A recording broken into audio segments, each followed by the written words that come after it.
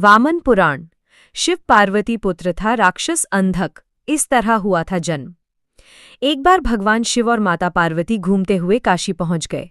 वहां पर भगवान शिव अपना मुंह पूर्व दिशा की ओर करके बैठे थे।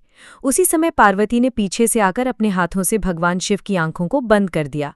ऐसा करने पर उस पल के लिए पूरे संसार में अंधेरा छा गया। दुनिया को बचाने के लिए शिव ने अपनी तीसरी आंख खोल दी, जिससे संसार में पुनः रोशनी बहाल हो गई। लेकिन उसकी गर्मी से पार्वती को पसीना आ गया।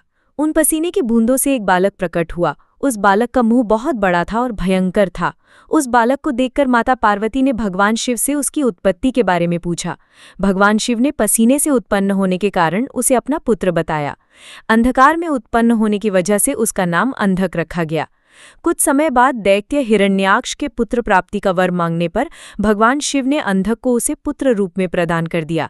अंधक असुरों के बीच ही पला बढ़ा और आगे चलकर असुरों का राजा बना। अंधक ने तपस्या करके ब्रह्मा जी से वरदान मांग लिया था कि वो तभी मरे जब वो यौन लालसा से अपनी माँ की ओर देखे। अंधक ने सोचा था कि ऐसा कभी नहीं होगा क्योंकि उसकी कोई माँ नहीं है। वरदान मिलने के बाद अंधक देवताओं को परास्त करके तीनों लोकों का राजा बन गया। फिर उसे लगा कि अब उसके पास सब कुछ है, इसलिए उसे शादी कर लेनी चाहिए। उसने तय किया कि वो तीनों लोकों की सबसे सुंदर स्त्री से शादी करेगा। जब उसने पता किया तो उसे पता चला कि तीनों लोकों में पर्वतों की राजकुमारी पार्वती से सुंदर कोई नहीं है, जिसने अपने पिता का वैभव त्याग कर शिव से शादी कर ली है। वो तुरंत पार्वती के पास गया और उसके सामने शादी का प्रस्ताव रखा।